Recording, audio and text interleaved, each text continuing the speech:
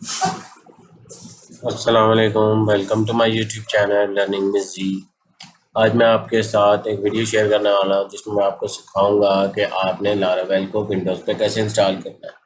आप किसी भी विंडोज़ पे, विंडोज़ 10 है, विंडोज़ 11 है, दोनों पे कर सकते हैं। मैं दोनों का तरीकाकार आपको समझा दूंगा ताकि आप जो है वो उसके लिए जो भी आपने लारावेल का प्रोजेक्ट प्रिपेयर करना है उसके लिए आप बेहतर अंग में जो है वो समझ सकें। अच्छा, पहले जो है सबसे लारावेल को इंस्टॉल करने के लिए आपको क्या क्या तीन चीज़ें चाहिए। सबसे पहले तो आपको जैम्प चाहिए। ठीक है, जैम्प आपके पास इंस्टॉल हो, रन हो रहा हो, दोनों पीएचपी के सर्वर, अपाची का वेब सर्वर और माईसीक्वल का सर्वर, ये दोनों आपके पास जो है वो रन हो रहे हैं। और उसके साथ आपको कंपोज़र चाहिए, जो कि कंपोज़र भी आपके उसमें जैम्प में इंस्टॉल होना चाहिए।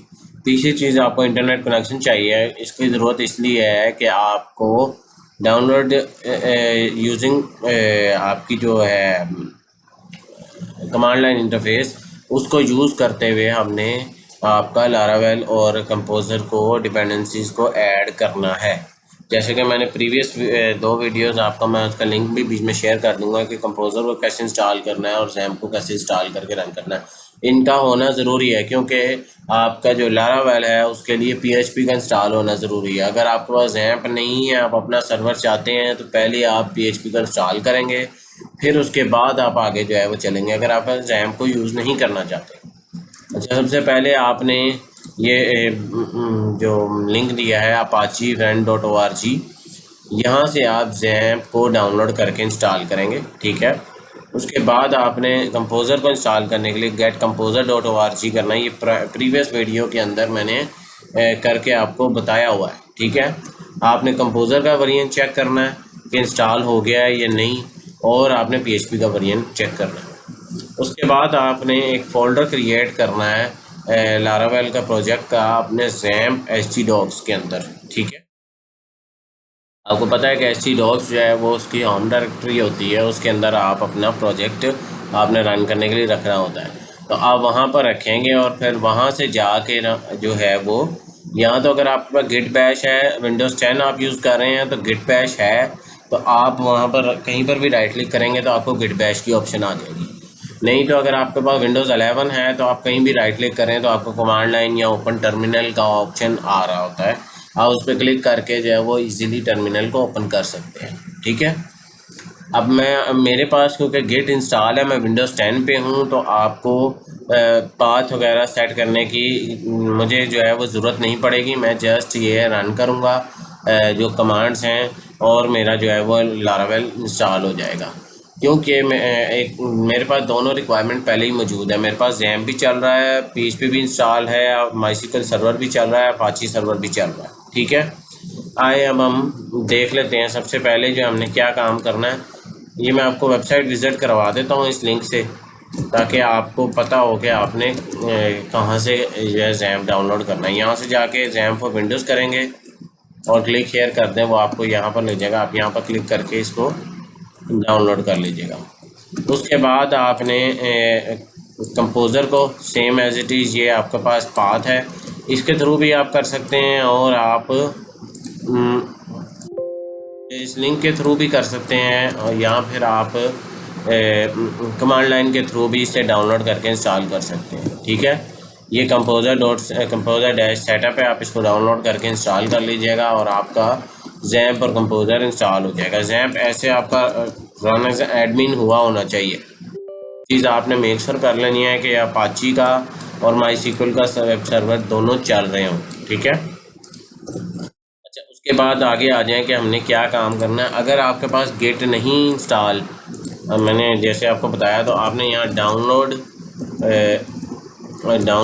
गिट, ठीक है, ये लिखेंगे तो ये डाउनलोड आ रहा है। यहाँ से आपने जाके विंडोज़ वाला जो है वो डाउनलोड करके इंस्टॉल कर लेना है। मैंने क्योंकि किया हुआ है तो मैं इस वक्त जो है वो जैम्प के htdocs डायरेक्टरी में खड़ा हूँ। तो मैं यहाँ अगर राइट क्लिक करता हूँ तो ये देखिए मेरे पास ओपन गिट GUI या ओपन गिट बैश आ रहा है। इसका मतलब ये है कि मैं इस वक्त यहाँ पर करंटली अगर ओपन करूँ तो ये डायरेक्टली इसी पाथ के ऊपर मेरा कमांड लाइन जो है वो ओपन हो जाती है। ये देखें सी जैम्प एसी डॉक्स के अंदर मैं मौजूद हूँ। मुझे अपना पाथ जो है CMD में जाकर खुद से ये नहीं चूज़ करना पड़ रहा। अगर गिट नहीं है, विंडोज़ 11 नहीं है, तो फिर आप पहले ये पाथ जो है यहाँ CD और उसके बाद ये पाथ पेस्ट करेंगे, तो आप इस पाथ पे आएंगे तो फिर ही आगे आप इसको इंस्टॉल कर सकते हैं, अदरवाइज़ नहीं कर सकते। ठीक है, अब आगे चलते हैं। यहाँ पर आप एक फ़ोल्डर क्रिएट कर लें, माई डैश प्रोजेक्ट के नाम से कर लें, जो भी आप लारावेल का प्रोजेक्ट करना चाहते हैं उसके नाम से आप कर लें। ठीक है, इसके अंदर आ जाएं। अब आपने दो तरीके मैंने आपको बताया कि या तो आप इससे कर लें कि कमांड लाइन इंटरफेस से आप इसमें आ जाएं, या फिर आप यहाँ राइट क्लिक करके गिट बैश ओपन कर लें। मैं आपका ये तरीकाकार यूज़ कर रहा हूँ कि ये बेहतरीन तरीकाकार है। ठीक है, इसके बाद आपने ये एक कमांड रन करनी है, कंपोज़र ग्लोबल रिक्वायर इंस्टॉलर। ठीक है, ये कमांड जो है आपने यहाँ से ये देख लें, और इसको मैं यहाँ कॉपी पेस्ट कर रहा हूँ। ठीक है, और अब मैं एंटर प्रेस कर दूँगा। ये कुछ टाइम लेगा, इसने कुछ जो है वो चीज़ें जो है वो इंस्टॉल करनी है आपके सिस्टम के अंदर।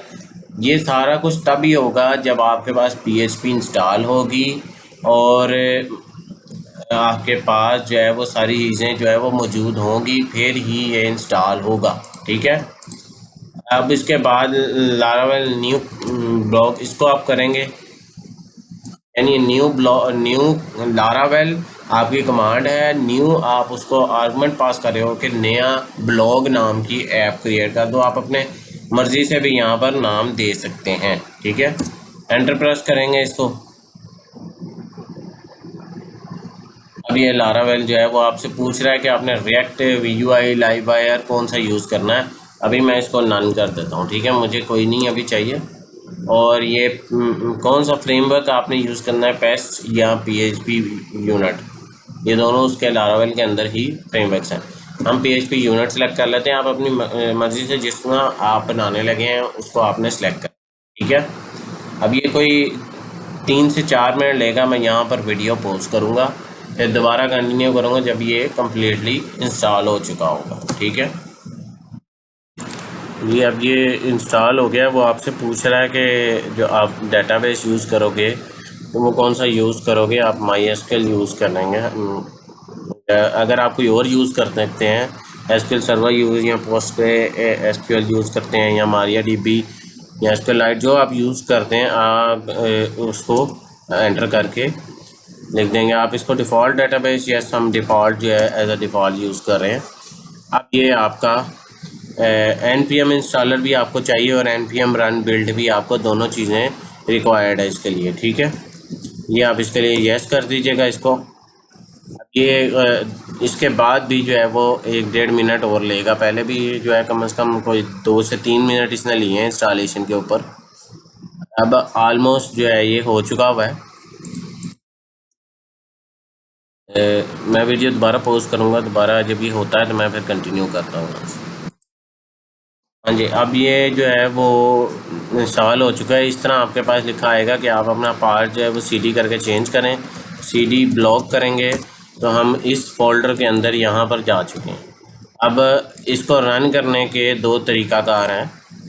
एक तो आप इसको ये कंपोज़र रन डेव करके भी कर सकते हैं। ठीक है, कंपोज़र रन डेव की कमांड रन करें।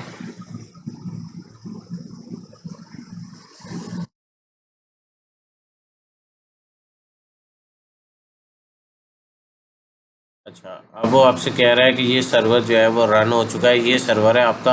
आप ये URL भी ब्राउज़ कर सकते हैं। ठीक है, या ये URL को लेके इसको कॉपी कर लें, यहाँ से ब्राउज़र में आके इसको पेस्ट करेंगे तो आपके पास लारावेल का पेज शो होना चाहिए।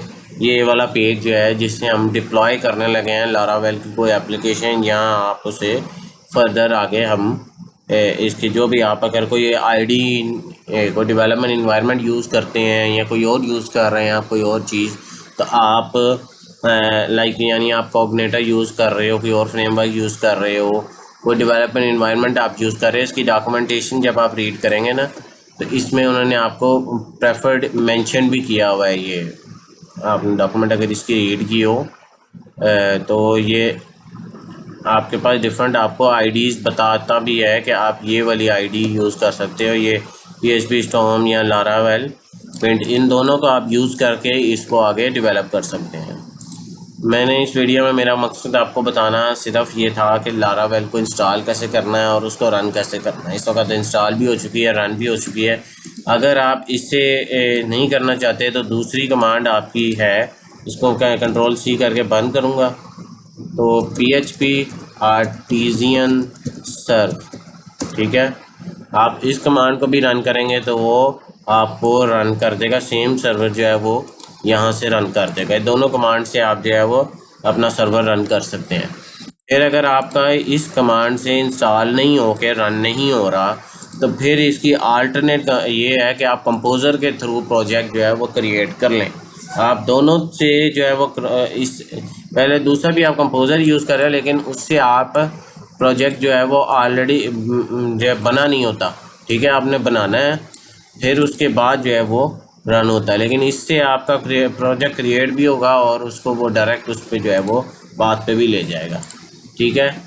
और ये रन करने की जो मैंने ऑलरेडी आपको बताई हैं ये सारी चीज़ें कि आप PHP आर्टिजन लिखते हैं या वो आपको ऊपर में उसने बताया कि आप जो है वो कंपोज़र रन डेव के थ्रू भी जो है वो आप इसको रन कर सकते हैं, ठीक है। इस वक्त उसने आपको दोनों सर्वर भी क्रिएट कर दिया, आपका MySQL का सर्वर भी कर दिया है, आप XAMPP को भी यूज़ कर रहे हो पीछे।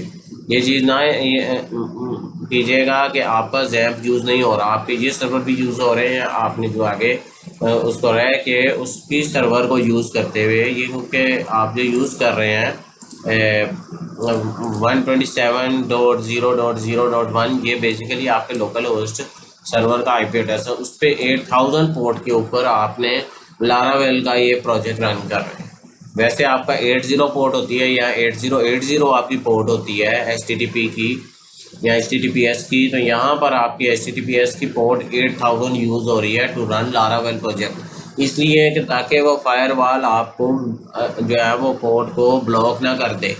उसी पोर्ट को आप सेम यूज़ करने जाते हो तो बाज़ औक़ात वो पोर्ट ब्लॉक कर देता है आपका फायरवॉल, इसलिए उसने उसके साथ कोलिजन ना हो उसने आपको पोर्ट नंबर जो है वो 8000 असाइन किया है, ठीक है। मेरी वीडियो अगर पसंद आई हो तो मेरे चैनल को सब्सक्राइब करें, मेरी वीडियो को लाइक करें, ज़्यादा स्टूडेंट के साथ शेयर करें ताकि वह इससे फ़ायदा उठा के बेहतरीन जो है वो रंग में अपनी डेवलपमेंट को स्टार्ट कर सकें। मिलते हैं अगली वीडियो में, तब तक के लिए अल्लाह हाफिज़, अस्सलाम वालेकुम।